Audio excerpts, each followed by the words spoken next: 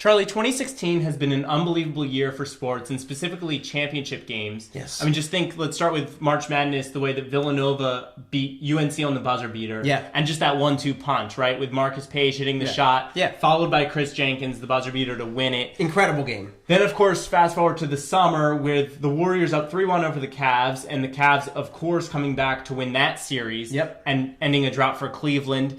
Now, months later, and now last night, we have the Cubs, who were down 3-1. And they end their 108-year drought when they beat the Indians. So which deciding game, championship game, is the best in your eyes? You know, I really don't think you can go wrong here, to be perfectly honest with you.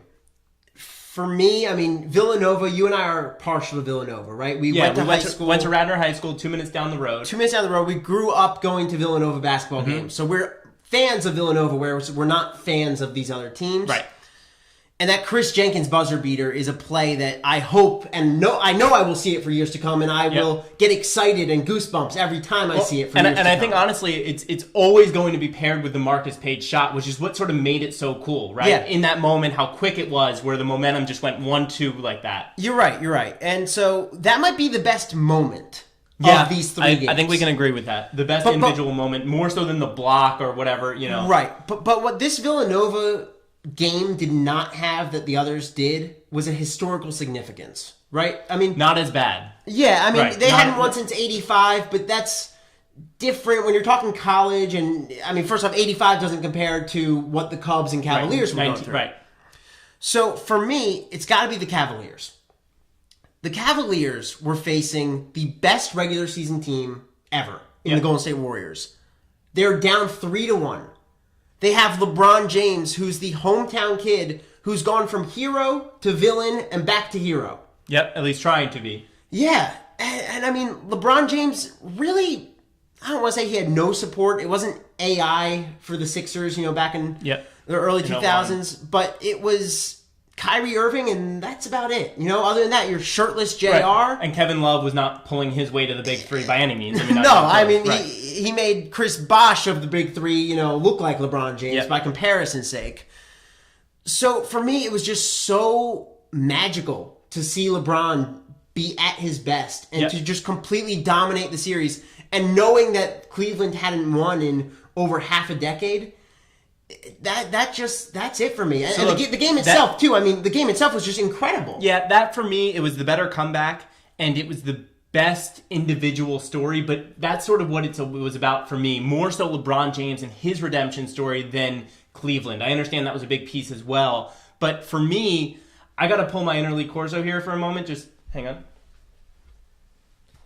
It's all about the Cubs. It's the Cubs, and that's the best game, and here's why.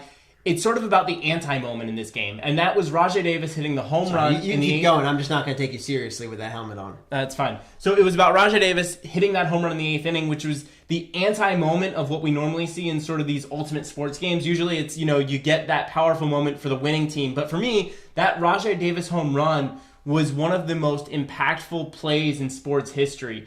And it was sort of 108 years of built-up ineptitude that sort of all poured out into one moment when suddenly the Cubs were 4 outs away with a 3-run lead. That was worse than the Bartman... And Aroldis Chapman on the mound. And the World Series guaranteed if you can hold on to it, right? Yes. Which is why it's so much, to me, worse than the Bartman game.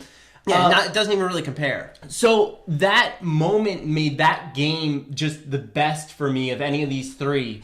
And I think the fact that the Cubs, you know, there was still so much drama even as it went to extras, and the rain delay just to build that and sort of milk the idea of like, hey, let's just take this all in. Right. The rain delay, I mean, for those trying to stay up on the East Coast, it may have been annoying, but it really did add something to the game. It was also reminiscent of 2008, a game that we both attended with the Phillies and the Rays.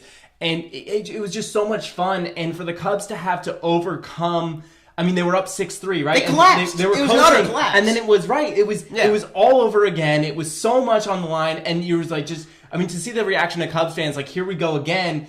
And just for them to finally overcome that, it was just amazing for me. My only knock on this Cubs Game 7 was that it was on the road. So was the Cavs. I understand neutral, that. But, and by the way, neutral for Villanova. I understand that, but I'm not talking about the crowd and the atmosphere in the ballpark. What I'm talking about is in baseball, I need that walk-off hit. The top of the 10th, the RBI in the top of the 10th, it just doesn't do it for me. You needed a little more Mazeroski. But here's the thing is that for me, the 10th inning, the bottom of the 10th had so much suspense anyway that I was okay with it, right? Didn't have too much suspense. I mean, the third base, Chris Bryant's smiling as he's fielding the ball, which is an awesome moment, but it showed you that had it in the bag. That was far for a sure thing. When Michael Martinez hits that ball, it's such a short hit, which for him, that's his hits, right? Yeah, but that's about all he can do. He has some speed, and there was a runner on first with 2 outs, obviously, and it was just one of those plays where it seemed like it had infield single written all over it. It did. And then it did. I thought it was an infield single off the bat. And then Chris Bryant loses his footing, and in that half moment, you think that ball's going to sail into the first base, over the first base into the stands, and all of a sudden, who knows what's going to happen. So there was drama in the bottom of the 10th in a way that I didn't need there to be a walk-off. It's a fair point. You haven't persuaded me, but again, I can see why people are going to go with the 108-year drought. Anyway, what are you going to go with? Is it Villanova? Is it the Cavaliers or is it the Cubs? Which was the best game of 2016?